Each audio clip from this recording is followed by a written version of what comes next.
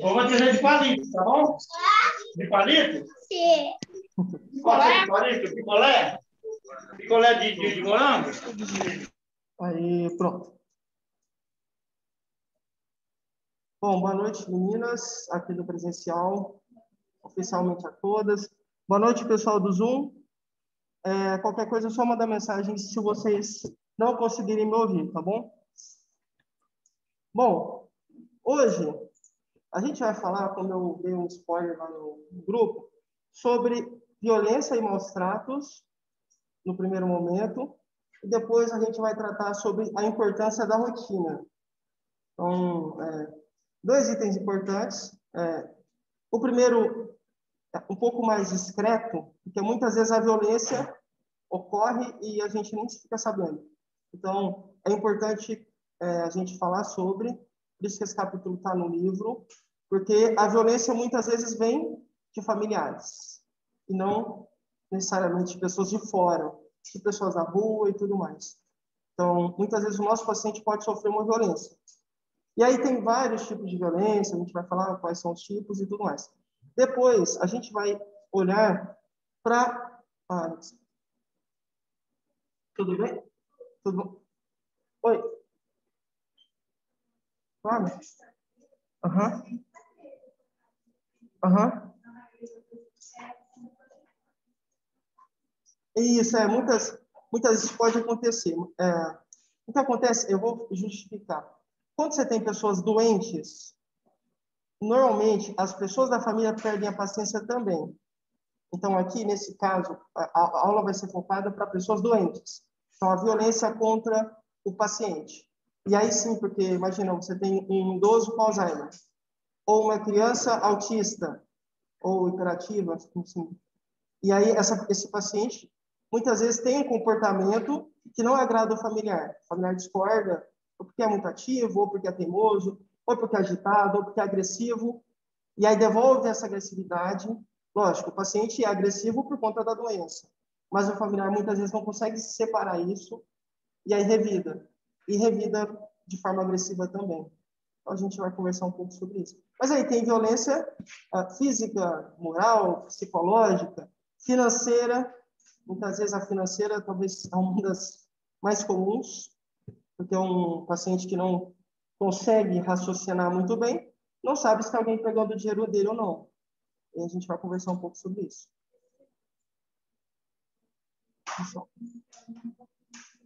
Ah, é? O que você...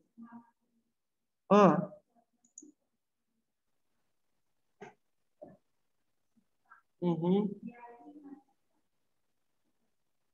Uhum.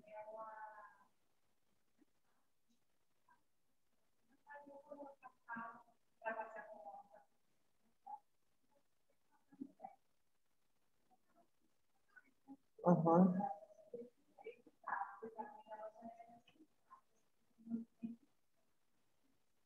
Uhum.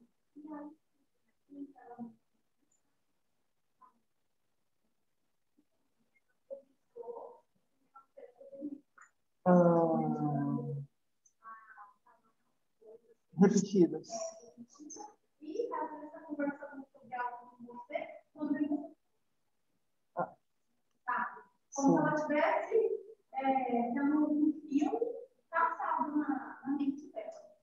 Só que quando foi na sexta-feira, eu pedi para ela que ela ficasse, porque eu já tinha tido Covid, não se importava, Lógico. e aí eu pude perceber assim, ó, realmente, aí a menina estava deitada, eu fui no quarto, fiquei conversando com ela um pouquinho, e aí eu estava contando para ela o que eu tinha feito na sexta-feira, né? De contando para ela do meu trabalho, eu trabalhando em casa, quando começou a assim, sem sentido. A minha filha não vai visitar, o ônibus vai passar. Sim. Aí ela falou, será que o meu filho está para chegar? Então, daí eu percebi. Sim. Sim. E aí a sobrinha dela chegou, ela comentou comigo. Aham. É. Então, aí eu preciso, eu ainda falei assim, nossa, eu vou começar. Aham. Sim. E é difícil, né? Porque ela é família, ela está casada, mas ela separou, então ela ficou para cuidar. Então ela fica o tempo todo. Sobrecarrega. Não dá para entender nada. Aham. Legal.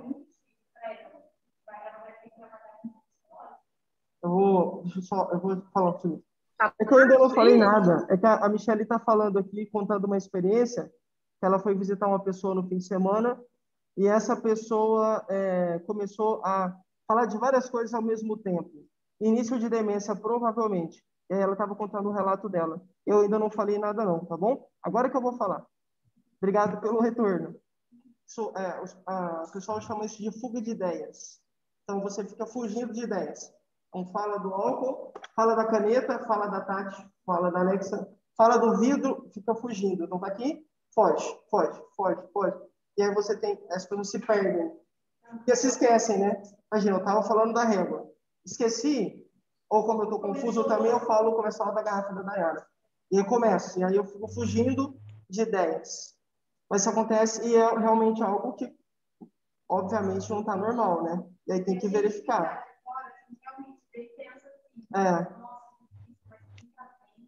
Então, imagina, você tem um contexto, aproveitando para...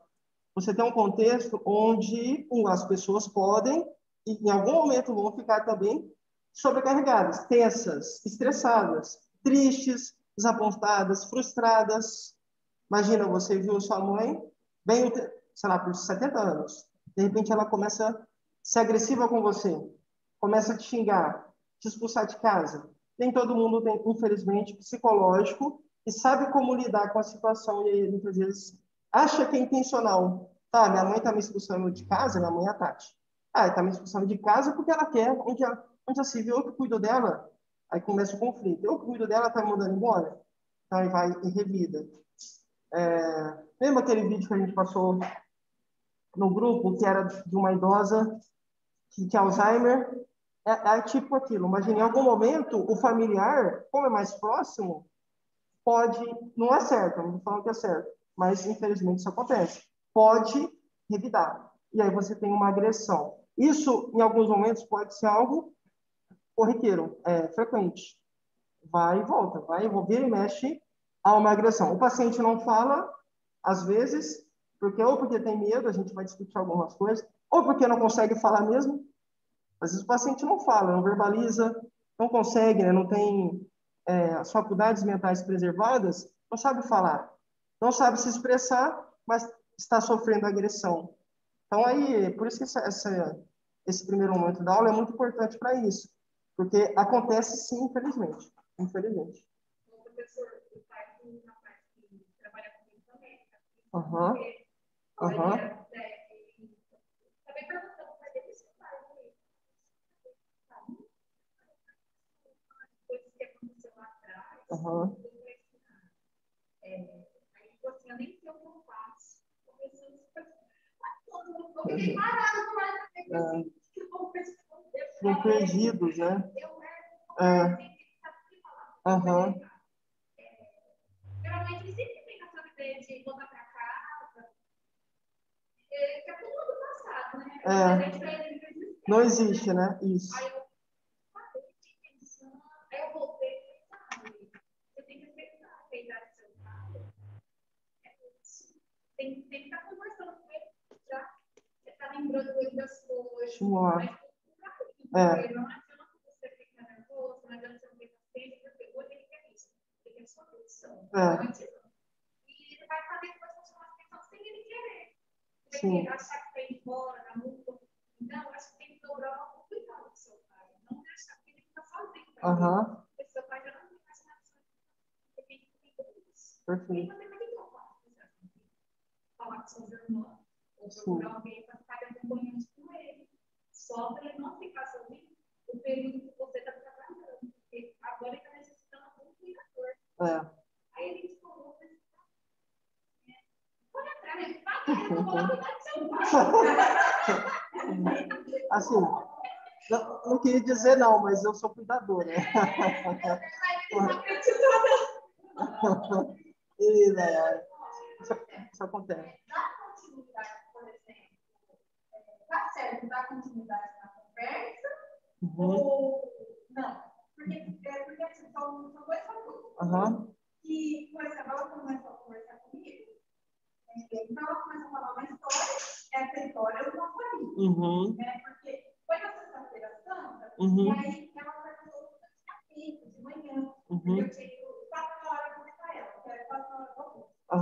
Aí eu falei para ela, eu fui nas 7 tabelas, né? Eu fui valorizar, e ela era muito religiosa, ela falou, não sei, assim, assado. Quando ela começou a falar, quando eu mudei para Ribeirão, eu ia ali perto, levava os filhos, tinha uma pracinha e tal. Estava assim, quando ela mudou perto. Então, assim, eu dei continuidade nessa conversa, quando ela mudou. Aí ela falou assim para mim, mas essa mocinha vai chegar? Porque ela foi de ônibus, mas eu falei assim, não, pô, a mocinha está fazendo almoço para a senhora, né? Porque eu não ia mentir, né? Então, tá certo. Você, por exemplo, se ela falar alguma coisa, a mocinha vai chegar porque ela está de ônibus e eu falar, a Débora está esperando, não, ela está aqui. É certo? O que acontece? Sim, é certo. Mas, muitas vezes, quando você... Tem duas formas de lidar com isso. O ideal é que você sempre retome a conversa. Então, ela estava falando do cachorro. De repente, começou a falar do ventilador. Não, mas lembra, a gente estava conversando sobre o Zé, o Chico, o cachorro, o nome do cachorro. Aí ela, é verdade. Então, olha, a senhora estava falando, aí você sempre retoma para que ela consiga seguir a linha de raciocínio. Muitas vezes, esses pacientes, dependendo da doença, principalmente a demência, podem ficar nervosos porque entendem que você está mudando o rumo da conversa. Aí, nesse caso, é melhor você continuar do assunto que eles mudaram. Então, tipo assim, estava falando do cachorro. Você tentou voltar para o cachorro, ela ofereceu resistência, ficou agressiva, você não pode continuar, porque senão ela vai ficar irritada. Então, é melhor você mudar. Mas esse estímulo de sempre voltar para o assunto é interessante porque você vai trabalhando a memória para que ela entenda que ela está falando do cachorro e não do ventilador. Mas se ela oferecer resistência, ficar agressiva ou xingar você, querer bater, não. Aí você fala. Porque muitas vezes eles não gostam de ser confrontados.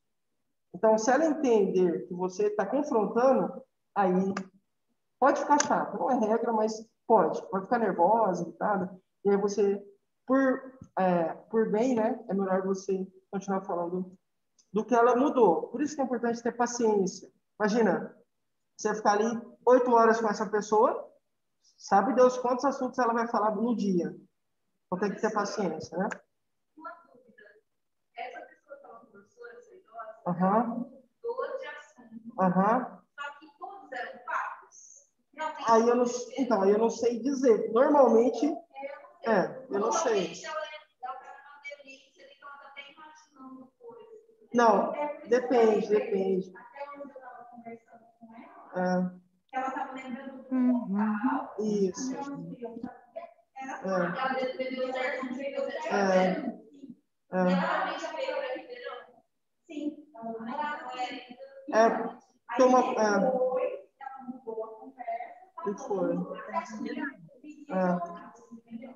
Muitas vezes, uma coisa é você estar confusa, uma coisa é confusão mental, outra coisa é uma demência que faz você só se lembrar de coisas passadas. Então, se ela estava contando fatos, é que a doença ainda não atingiu a parte do cérebro dela que lida com as memórias antigas. Então, o que ela estava falando é verdade.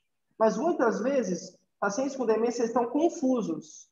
Aí, sim, ela pode relatar algo que ela está vendo. Aí, nossa, tá vendo a Mariazinha aí na porta? Aí não tem ninguém. Então, isso aí, você consegue saber que não é verdade. Porque nem todo mundo que é importante vai saber. Então, assim, por isso que eu sempre recomendo, né? Saibam do paciente de vocês, saibam da história dele. Quem é, quem foi, no que trabalhou. há quanto tempo está na casa ou está na cidade, quem é a família, é uma família, sei lá, de fazendeiros? Ou é uma família, não sei. Conhecer a história, porque ajuda você a saber se é uma confusão ou se é um fato de fato, uma realidade, algo que alguém vivenciou lá atrás, tudo mais. Tá bom? Mas é uma pergunta interessante. Bom, na aula passada, a gente falou sobre o papel, né, do cuidador na memória, e é isso. Sempre estimular.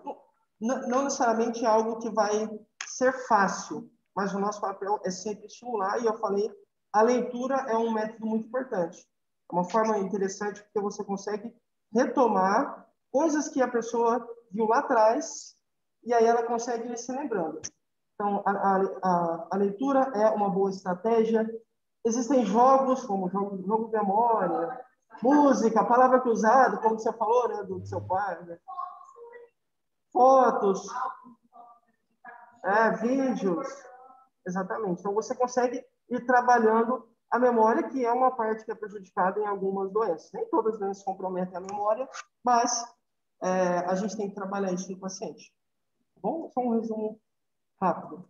Nessa aula, a gente vai falar sobre esses pontos aqui.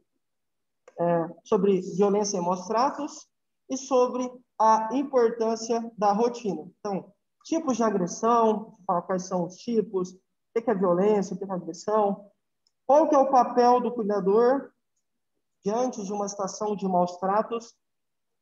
Obviamente, tem que denunciar, né? Lógico, se você é o agressor, tem que parar, e se você não é o agressor, tem que denunciar, mas a gente vai falar com mais detalhes sobre essa situação. Depois, a gente vai falar sobre a importância da rotina. E aí, aqui na rotina, você pode trabalhar alguns pontos, como, por exemplo, a memória. Então, incluir atividades para estimular a memória do seu paciente.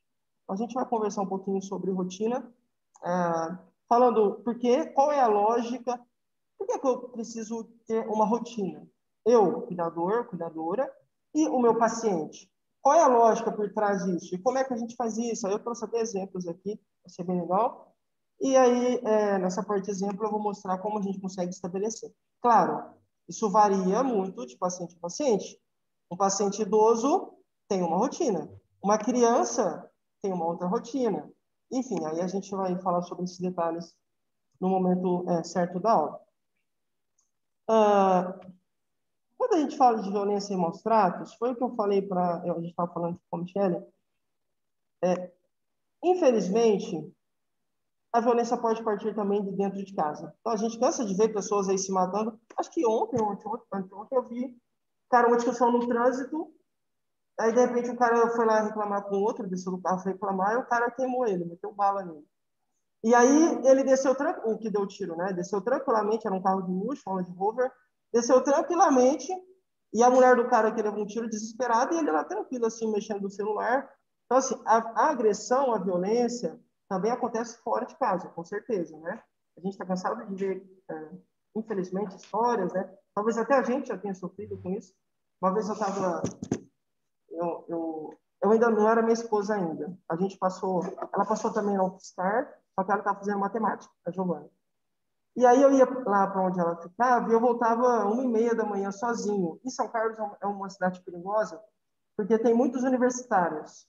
E os bandidos adoram universitários porque na cabeça deles tem dinheiro. Né? Nem necessariamente é verdade isso, mas eles acham que tem e aí eles roubam muito. Assim. Então tem regiões de São Carlos que são muito perigosas. E aí ela morava numa dessas regiões. Mas eu ficava lá na casa dela e voltava por volta da 1h30, sozinho, por aí. E passava em frente ao cemitério, que era a minha casa. O cemitério ficava entre a minha casa e a casa dela. E aí, o dia eu tava... o problema é os vivos, né?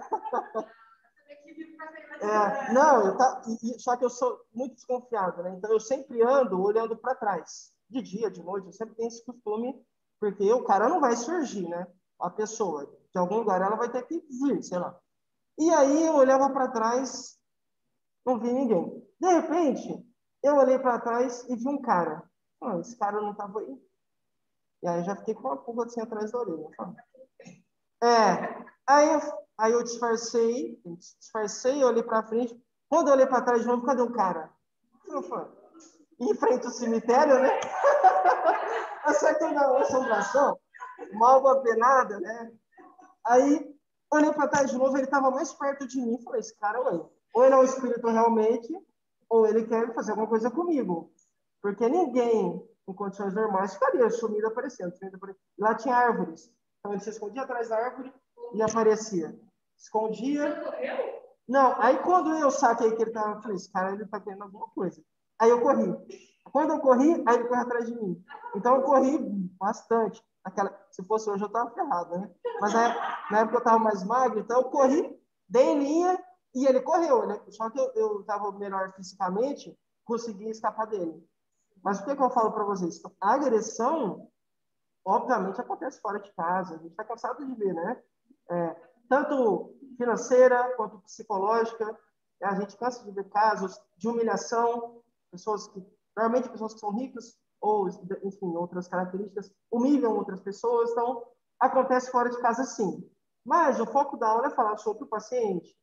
Nesse caso, muitas vezes a agressão acontece dentro de casa, tá? Ah, professor, mas eu já vi um caso, inclusive eu vi isso, é verdade, um esquizofrênico sofreu agressão da equipe de enfermagem no hospital aqui no Brasil.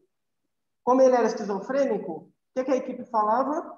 E ele tá louco, ele tá alucinado, nem se acha que alguém vai bater nele. E aí filmaram, a enfermeira amarrava ele na cadeira e desceu o sarrafo, batia nele. Então, assim, acontece, idosos em casos de repouso, isso sim acontece. Mas a gente vai fechar em violência, vou chamar domiciliar, mas é que para os nossos pacientes que a gente vai cuidar em casa, isso pode acontecer, infelizmente, sim, e a gente tem que discutir. Então, a importância da aula, né, eu coloquei provocações, mas é porque a gente muitas vezes acha que o mundo é muito bonito, né? Quando você começa a ver coisas, você vai ver que não é tão bonito assim.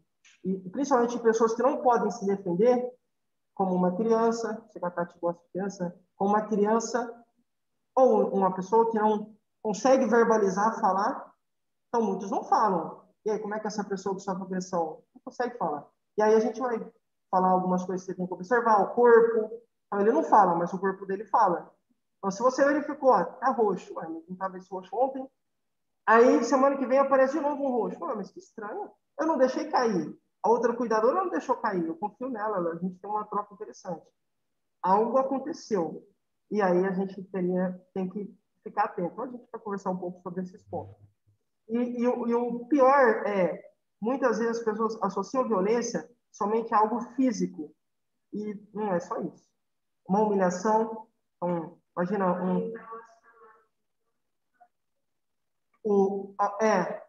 porque você humilha, mancha a imagem. Imagina uma criança que tem autismo, você sabe os nomes que o pessoal dá, né? Não preciso falar porque eu não gosto. Mas, assim, falam, e a ideia é destruir, né? Às vezes a criança não tem, ou o paciente não tem noção do que é. Às vezes ele não sabe a diferença. Mas para a gente que sabe o que significa, dói muito. Isso é um tipo de violência também, é uma agressão. Então, isso acontece, infelizmente, demais. E pior ainda, muitas vezes é o cuidador. Quem nunca viu cuidadora batendo em criança? Babá, né? Cuidadora, babá batendo, acontece demais. Demais. E aí os pais descobrem colocando câmeras, criando estratégias, armadilhas, né? Então, muitas vezes o agressor não é nem um familiar, né? Por incrível que pareça, e o mais triste, eu acho, é o cuidador. A pessoa que deveria estar cuidando, na verdade, está agredindo. Não tem sentido nenhum. É muito triste, né? Ou deve, não. Bom, então, como eu falei, nem sempre a violência vai partir de alguém que está, né, do lado de fora. Às vezes parte de pessoas que estão dentro de casa. Entendam pessoas como, não só familiares, mas como profissionais. Um enfermeiro, um cuidador, um médico.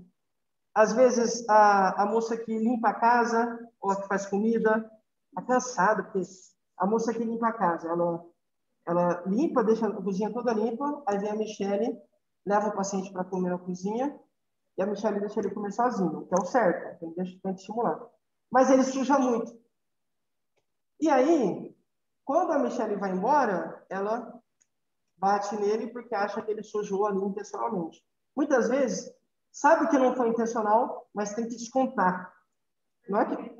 então, amanhã eu quero ver se você faz de novo. Vou te dar uma surra agora, vamos ver se... Mas assim, o paciente, ele não raciocina, muitas vezes, né? Não sabe, não é algo intencional, é um comportamento ou um resultado de uma doença. É só uma consequência de uma doença, tá? Essas pessoas que sofrem violência, que sofrem agressão, não fazem denúncia muitas vezes porque não tem coragem ou não tem condições. Vou dar um exemplo aqui, característico. Muitas vezes, uma mulher, vou pegar um exemplo agora de uma mulher, não é nem um paciente. Ela nunca trabalhou fora de casa, só o cara que trabalha. Isso acontece demais. E aí o cara bate, e aí ela já está numa idade um pouco avançada, ela, na cabeça dela, eu não vou encontrar emprego, então eu vou ter que me contentar com essa situação. Então, às vezes a denúncia não vem, por quê? Por, entre aspas, falta de condições. Na cabeça do paciente, tá? Eu não tenho condições de me sustentar sozinho. Imagina, se eu sair de casa, o que eu vou fazer ao longo... Tenho 59 anos, 57, 55, ninguém vai me dar emprego.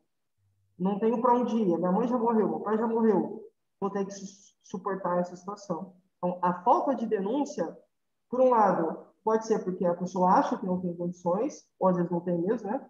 Infelizmente. Ou porque não tem coragem. Esse lance de coragem, muitas vezes, isso para mim é uma das piores, quando, por exemplo, um pai ou um padrasto violenta a filha. Ou a enteada, sei lá, né? Ou alguém. Aham. Eu mato sua mãe.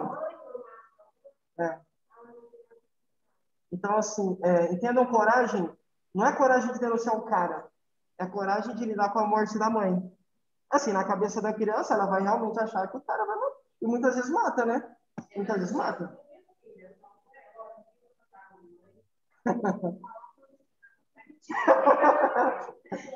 Abre a boca, fala, né? Isso parece engraçado, né? Mas é uma forma realmente interessante de criar. Falou, ó, sem nessa, alguém te ameaçar é pilantra. Conta para a mamãe, né? Então, isso é importante. Então, às vezes, essa falta de coragem, ou é porque sente vergonha, normalmente pessoas que são abusadas, aqui sim sexualmente, tá? Sentem vergonha. Você acha que eu vou contar para minha mãe que o meu próprio pai de sangue estava me abusando? Minha mãe vai duvidar de mim. Muitas mães não só duvidam, como batem na criança achando que é conversa. Eu vi um dia desses aí, eu fiquei louco. Eu falei, cara, não é possível. A mulher ficou do lado do marido e preferiu não ouvir a menina. Depois aí ela apareceu grávida, né? Vai aparecer. Em algum momento isso vai acontecer, tá? Então, essa coragem é isso. Puxa, eu não tenho coragem. Tenho vergonha, tenho medo, ameaças, chantagem. Muitas vezes tem chantagem. Trocas. Vi um cara que violentava adolescentes. E aí ele tinha tipo uma cabana passada assim na cidade e aí ele trocava por comida. Né? Por quê? Porque a criança morava, essas adolescentes moravam em regiões, não tinha tanta condição financeira, não tinha comida em casa, trocavam o cara, sem vergonha, fazia isso com elas em troca de comida. A criança está com fome. Não estou falando que é certo, mas acontece, a gente tem que ser sincero, tá? Então, assim, essas agressões acontecem demais. Em casa também, mas vamos focar no caso do paciente, só para vocês entenderem as condições que muitas vezes não permitem que a pessoa denuncie. Tá? Obviamente, essa agressão vai causar isolamento. O que é isolado? É alguém que está no canto, isolado, triste, cabisbaixo, não tem mais saída para mim. Estou desolado, destruído, detonado, acabado, esgotado. Depressão, imagina, você não pode... Alguns começam a contar para a mãe não acredita. Imagina a tristeza. Cara, quem me trouxe ao mundo não está acreditando em mim, acha que eu estou contando mentira. Acha que eu estou inventando. Então, isso começa a ter um prejuízo psicológico. Imagina a tristeza de alguém. Né? Bom, o que mais? Culpa. Parece louco, né? mas muitos estupradores ou, enfim, pessoas que agridem em todos os sentidos tentam distorcer a situação para parecer que é o culpado. Não, mas eu estou fazendo isso com você porque você está dando com esse short. Sei lá, dando exemplo. Olha, eu estou fazendo isso com você porque você sai do banheiro e você passa de toalha perto de mim. Você acha...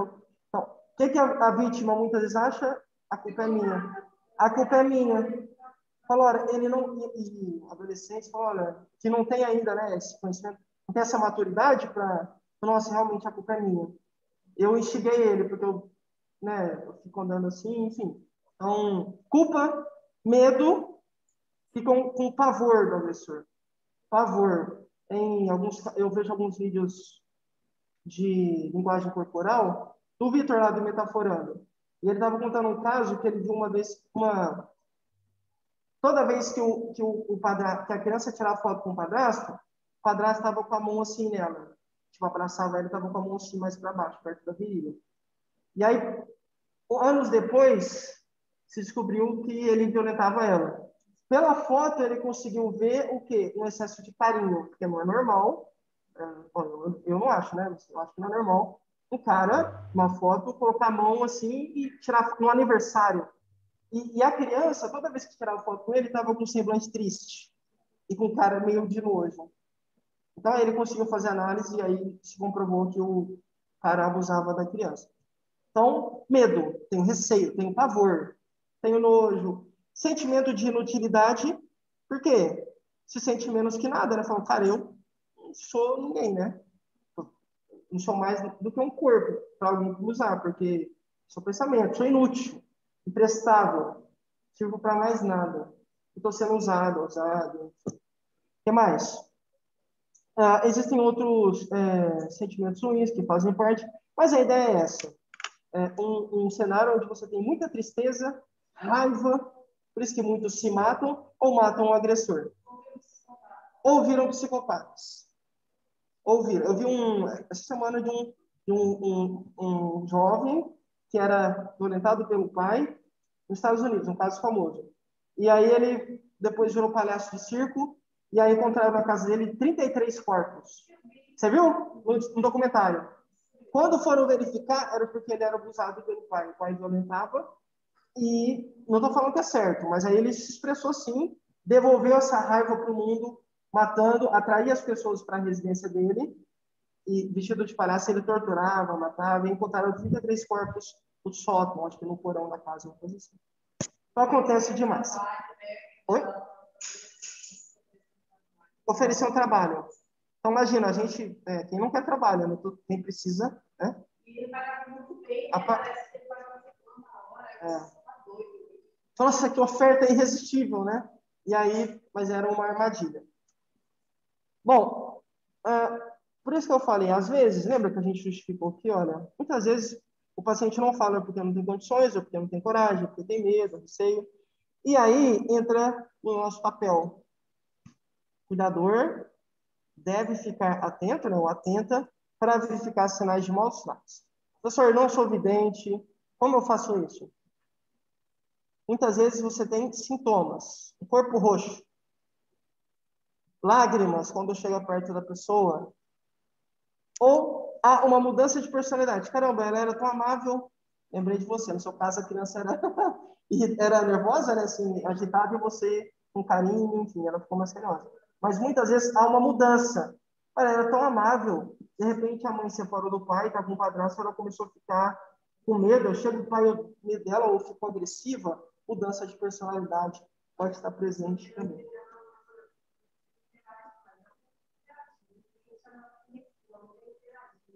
Tá estranho, né? É verdade. Ok.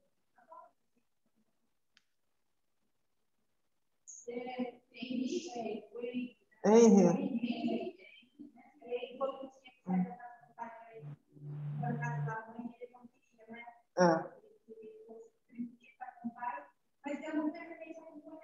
Eu também não. Eu não entendi o que foi. Ele já não falou que não, mas ele pegava, ele apagou mensagem. Ei. Mas eu não tenho como explicar.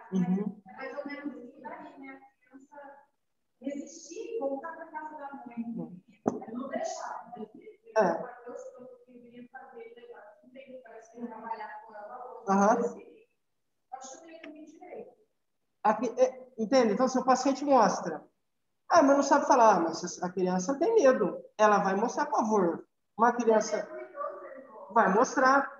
A Natalina aqui, ela não veio hoje, né? Ela está contando da idosa, da paciente dela, que não falava, mas que balbuciava, que esboçava som procurando ela.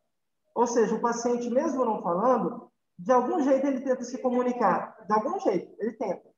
Mas não mexe. Mas muitas vezes, já cansei de ver vídeos, choram. É um tetraplégico, alguém que não consegue se mexer, não fala. Não. Tem. Então, são detalhes. Porque o agressor vai tentar encobrir pistas. Sempre é assim. Seja agressão financeira, psicológica, sexual, vai tentar encobrir, porque é lógico que ele não quer ser penalizado. Não que a gente seja investigador, não é isso. Mas tem questões que são nítidas e que você consegue. Por conhecer o paciente, você sabe que ele não está bem, que teve uma mudança e tudo mais. Essa é a ideia. Bom, existem alguns conceitos... Ô, professor, Opa. Eu não fui, mas eu estou participando. Tem alguém falando? Olá? Sou eu, a Natalina. Ô, Natalina, olha você aí. E aí, tudo bem? Tudo bom. Bom, que bom que você está aqui, cara. Então, assim, violência, conceito muito bom, Natalina. Tá falando de você. Imagina se eu estivesse falando mal. Nessa hora eu tô ferrado, né? Obrigado que você falou, que agora eu não vou falar mais mal, Natalina. Então, assim, existem vários conceitos de violência, mas um que eu achei legal, acho que está até na apostila também, é que a violência pode ser definida ou conceituada, pode ter um significado de ato intencional. Aqui muda tudo. Uma coisa é, sem querer, eu tropiquei e aí esbarrei na Alexa, ela caiu. Isso não foi por querer, eu escorreguei no chão. Agora, intencionalmente, eu empurro, eu quero, é algo voluntário. Há um desejo, é isso. Eu quero fazer. Então, a violência sempre vai ser algo intencional. O agressor quer fazer, sempre vai querer, tá? Então, é um ato intencional de força física, né, violenta, ou intimidação moral. O que é intimidar? Passar medo. Ou deixar a pessoa coagida, né, coagir, acuar, deixar ela no cantinho, você não vem não, tem que ser...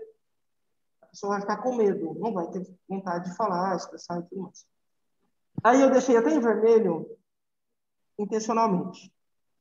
Esse ato intencional acontece uma vez ou repetidas vezes. Então, alguém bateu no seu paciente. É agressão. Mas só foi uma vez. Agressão. Não, acontece toda semana, eu acho. Principalmente fim de semana que eu não estou aqui, professor.